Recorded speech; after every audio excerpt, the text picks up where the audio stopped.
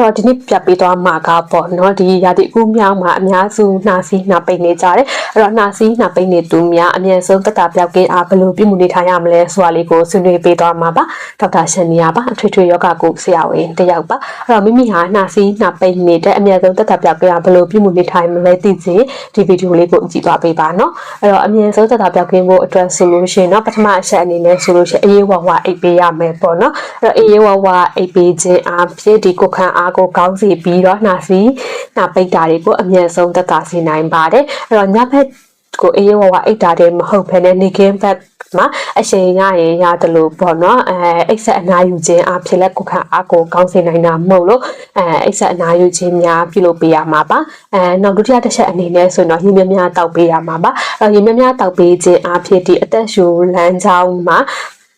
ပေါ့နော်ဒီ dehydration ကို prevent လုပ်ပေးပြီးတော့မှဒီနှာစေးနှာပိတ်တာတွေကိုမြန်သက်သာပြောက်ကင်းစေနိုင်ပါတယ်နောက်တတိယတစ်ချက်အနေနဲ့ဆိုလို့ရှိရင်တော့ဒီကိုယ်ခံအားကောင်းအောင်ပေါ့နော်အစာများစားပေးရမယ်နောက်ပြီးတော့ဒီ vitamin C ပါတဲ့အစာအသောက်တွေကိုများစားပေးခြင်းအပြင်လည်းကိုယ်ခံအားကိုကောင်းစေပြီးတော့နှာစေးနှာပိတ်တာတွေကိုအမြဲဆုံးသက်သာပြောက်ကင်းစေမှာပါ